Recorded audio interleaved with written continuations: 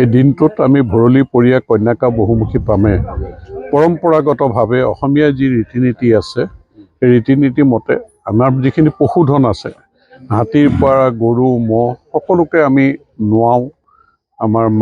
তেল মাহ হালধি তাৰপিছত আমাৰ লাও খা বেঙেনা খা সকলো আমি যিটো পৰম্পৰাগত ৰীতি নীতি মতে আমি পালন কৰি আহিছোঁ আৰু আজিও পালন কৰিছোঁ। আমাৰ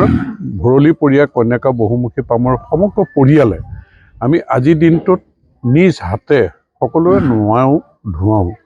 আৰু সেই দিনটো আজি পালন কৰিছোঁ। গতিকে আজি ৰঙালী বিহুৰ পবিত্ৰ দিনটোত সমগ্ৰ অসমৰ ৰাইজলৈ মই শুভেচ্ছা জ্ঞাপন কৰিছোঁ,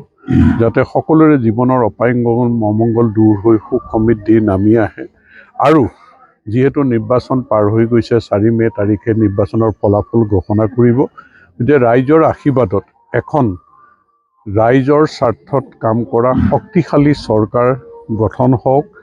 যিয়ে অসমখন সুৰক্ষিত কৰিব, যিয়ে অসমৰ জাতি ধৰ্ম বৰ্ণ নিৰ্বিশেষে বসবাস কৰা সকলো জাতি জনগোষ্ঠীৰ মাজত সমন্বয় সম্প্ৰীতিৰ মাজেৰে এখন সমৃদ্ধিশালী অসম গঢ়িবৰ কাৰণে, আমাৰ অৰ্থনৈতিক ভেটি টনকিয়াল কৰিবৰ কাৰণে, সুৰক্ষিত অসমৰ কাৰণে আমি যাতে কাম কৰিব পাৰোঁ, তাৰেই কামনা আজি পবিত্ৰ দিনটোত কৰিছোঁ, যাতে এখন জনপ্ৰিয় জনস্বাৰ্থত কাম কৰা চৰকাৰ আমি গঠন কৰিব পাৰোঁ। আৰু লগতে আমি এই পবিত্ৰ দিনটোত লুইত আৰু বৰাকৰ পাৰত বসবাস কৰা সকলো জাতি জনগোষ্ঠী ভাষা ধৰ্মৰ মানুহলৈ আমি ভৰলীপৰীয়া কন্যাকা বহুমুখী পামৰ ফালৰ পৰা আন্তৰিক শুভেচ্ছা জ্ঞাপন কৰিছোঁ সকলোৰে মংগলৰ কাৰণে। আমাৰ পশুধন যিখিনি কন্যাকাত আছে সকলোৱে যাতে কোনো অপায় মংগল নহয়, মংগলে সকলোৱে কুশলে থাকিব পাৰে, তাৰেই প্ৰাৰ্থনা আজি পবিত্ৰ দিনটোত মই কৰিছোঁ।